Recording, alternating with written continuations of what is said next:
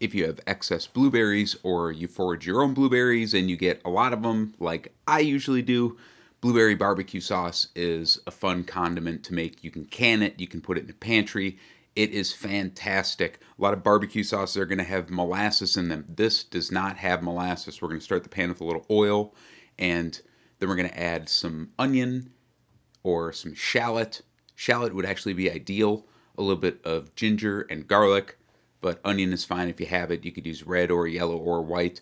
And this is a condiment that one chef that I worked for, he used to serve this with French fries, if you can believe that. It is so good, though. You can use really any fruit, stone fruit, whatever. I'm using a mix of frozen wild blueberries that I picked and some fresh ones just to make up the difference, and then vinegar made from wild blueberries, and then a little bit of sugar. You could add honey, you could add maple syrup, maple sugar, a cinnamon stick, not ground cinnamon, and then allspice here. Allspice is kind of the key, along with a little pinch of cayenne because it should be mildly spicy, but no molasses because then it just kind of makes it taste too dark and not as fresh. A little bit of salt. And yeah, this, I mean, put it with a pork chop, with ribs, anything. It is so good with just about any fruit.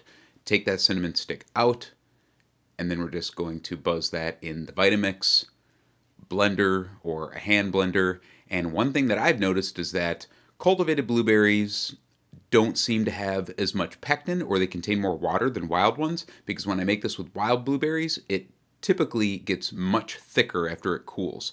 So these ones, this was a little bit more thin, so I put it into the pot and then I just seasoned it to taste and cooked it a little bit longer to thicken it more. But the wild blueberries get very thick compared to the cultivated ones. So just adjust the texture to your taste. Cook it a little bit more or bake it in the oven if you want to dry it out a bit and remove some of that moisture. Then you just put it into a jar.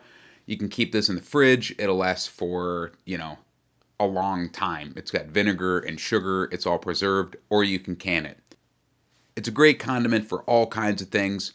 Grilled pork, poultry, and venison especially. Full recipe is linked at the top of the video description on my website. Thanks for watching.